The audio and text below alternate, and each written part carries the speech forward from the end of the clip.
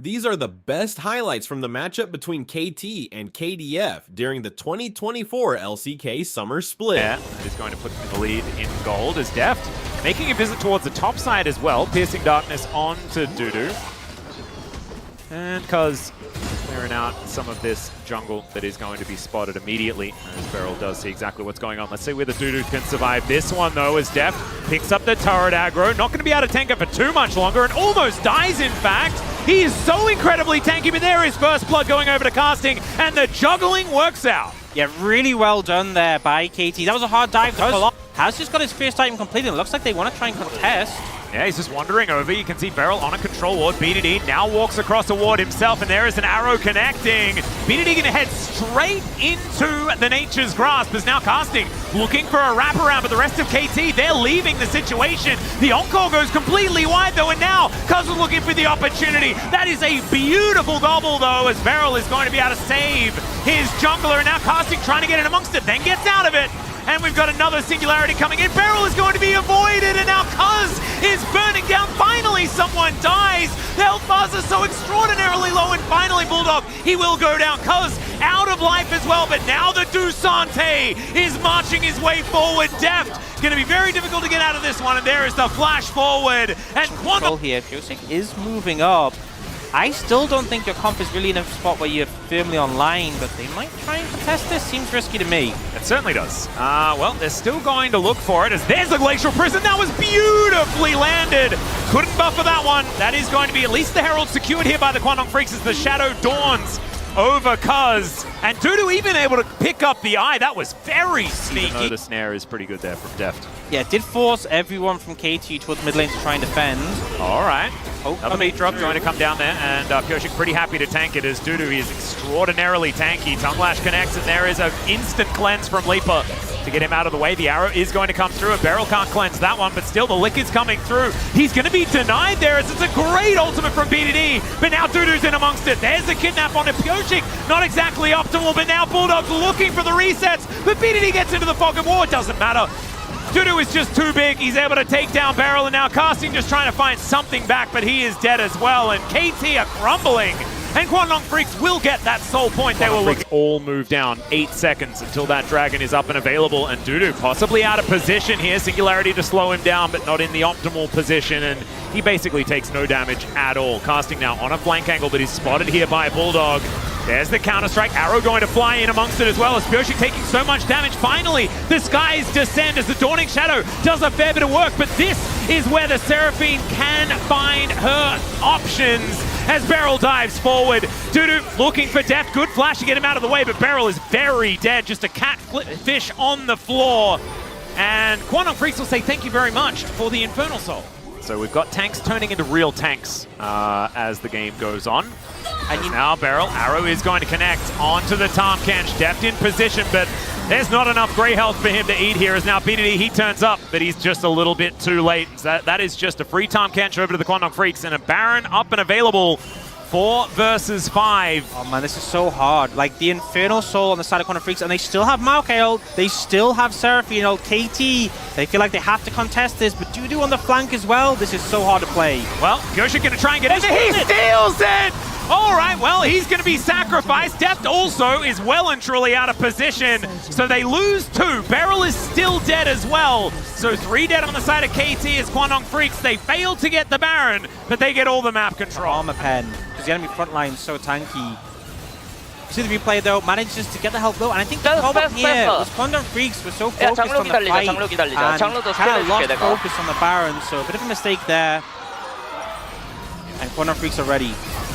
Volleys flying through here now as well, as BDD hit by a sapling is okay. They do manage to land the Glacial Prison onto Cuz. Teleport to come in though, as the Kazante is coming back. Great Encore onto Beryl. He does have some grey health to eat, but I just don't think it's going to be enough to keep him alive. As now BDD just getting chunked out by Bulldog, who's getting the resets. He finds another one. He's just playing Mario on the Rift here, as now Casting. Welcome to the LCK. And unfortunately, the first one is going to be an L by the looks of things, as Bulldog going to be able to grab the ace. His Tristana looking absolutely incredible here in game number 1 of the summer season for the KwangDong Freecs. And I think they're looking to end it here. Yep, so well played from KwangDong Freecs. The composition made sense. They got an advantage and they never gave KT an angle back into the game. The Elder didn't even get touched. They didn't let any opportunity for Pyoshik to steal. And now they're getting their 1-0 in the series. KwangDong Freecs 1-0 up against KT. A little bit too much scaling on their side, but just Threat for him, but a Blitzcrank is going to be a problem for Beryl. absolutely. We saw the power of the Blitzcrank in the hands of Lehens. Well, you can see Casting. He started it up. Ruthless Predator going to connect this time around. He's got the dice ready. It's almost just a solo kill as the flash forward from Pure. So the value for the Seraphine may not be as good as Andal got in that game 1. Oh, Beryl. Yeah, able to sidestep the hook. Andal down to about 50%, but Def not wanting to walk into the fog of war. You've got unhealthy. Somewhat subpar as old here. He's jumped a little bit further forward than he would otherwise like. Is Casting once again almost towards a solo kill, and is now looking to try and deliver this one over to BDD. It doesn't quite work out, and Casting's going to have to tell. Oh! He walks back and gets himself killed. He was like, too many rocks thrown at him. and that's why they didn't pick Talia in game number 1 to make sure that his debut wasn't against a champion that he has struggled into the past. That is a great shove, though, from BDD onto Andal, but already it started off poorly here for KT. A 1-for-1 in the end. Support for Jungler is now Beryl. That encore was not it. Now Def will finally turn up. Another phenomenal seismic shove going to come in as Def finally has the arrows, but it's just not going to be enough. Leaper dives on top of him, and it's a triple, almost a quadra kill for Bulldog, but Leaper takes it in the end. But Bulldog just right-clicked. And now Andal's in the top lane, and that is a nice little hook. Going to be set up brilliantly there. The Dominus not quite going to be enough, but at least the Q doing some work. And now a flash forward from Pyoshik. Finds the punch under the Camille once again. And Casting just kind of that is the trade-off. And it looks like we're going to be evening out these dragons unless KwangDong Freecs have something to say about it. Blast Cone available for Cuz, opts out of it here as the Drake is going to be picked up. Hook once again going to be walked away from by Beryl. I want to go for a straight 5-5 without taking someone off the map first. Yeah, maybe if the hook had landed from Andal, then everything's different. As soon as the hook doesn't land, they back away from it. There it is landing this time around. Very easy on a stationary target. And Deft now just getting completely torn to shreds. Valkyrie forward from Bulldog. Cleanse from Deft. He gets out of dodge, but BDD may not be in a good enough position. And now Casting, he's making his way in 3 low health members. This is so scary. And the seismic shove onto the rocks from BDD. And he secures his target. And now this huge crocodile is looking for Leaper. He does have a trap in place and is able to stop. In, Casting TPs through. They'll get the tower as well. And suddenly we have a pretty significant gold lead. Also looking like a different player to what Perfect was, right? I feel like Perfect was often one of these more utility-based top laners. I'm going to have to hold that thought for a moment. BDD in trouble. Hook going to connect. And there it is. Encore not going to be landing here either as Andal just trying to get out of there, and we'll be able to do like, hang on a second, are we going to have a pause? But we did. It was just Andal, and it is just as intended as I now. don't think you're playing this. I don't think there's any... No. Can you get the ultimate out of Pyoshik is the question, I guess, that you can ask, and the answer is no, you can't. As Pyoshik going to do some Overwatch tactics here as he's looking to try and, you know, stagger the resets. With this Talia for BDD, he has been extraordinarily good on this champion throughout his entire career. And he's completely defeated. Oh, it's beautiful. That was hilarious. It's got to sound so young. Listen, I'm ready for it to happen here. Yeah, as okay, the dragon down to 50% as now Andal's just flashing forward, manages to get the hook, but he's taking so much damage. He's first one to go down. BDD goes golden as well to survive through it, and now the Ash is tearing them to shreds. Casting gets amongst it. He's going down like paper, like you were saying, but Deft is still raining hell on them. There's the weave as well. The flash comes out from Dudu, and KwangDong Freecs are just pushed away from this. As Bulldog not CC'd quite long enough. And that was a very short range arrow, so of course not going to happen. It's going so incredibly quickly. Yeah, and KT, you probably knew exactly what was happening here. You saw all of them converge, but that is just a free Baron. It's a hook as well. As now Beryl, he had to flash to get out of the way of that one, but he cannot flash again, so he's just dead. So it's not only a Baron, but it's also a pick. Def trying to offer some damage back. But the damage has been done. I was thinking that as soon as that control was kind of ignored in like this weird way, that it just wasn't going to be enough. As Arrow going to connect onto Leaper here, he flashes over the wall after the cleanse. That's both summoner spells now down. Weaver's Wall coming in. Arndil in no man's land, and Dudu is with him, and is now casting. He's going to come in. The Hextech ultimatum to try and avoid some of the damage, and KwangDong Freecs get the first 2 kills of the fight. BDD looking for more. The health bars are so incredibly low. Is BDD finally able to go into that Zhonya's to keep himself alive? Leaper finds the shot and just ends the Renekton, and now Cuz flashes forward with the Bramble Smash, and that is the ace for the KwangDong Freecs. It's just going to do so much damage. Well, Dudu is going to spot Pureshik here, or Pureshik spotted or someone. There was some scouting done by both teams. Mutual spotting. Lethality Jin. That just felt terrible. Now you have a bit of both, you know, bit of lethality, bit of crit, Yeah. a lot of damage. Yeah, I like the crit version a whole lot more. As Seismic Shove going to go wide. There is the Nature's Grasp. There's OK Andal not going to quite find the hook, as there it is.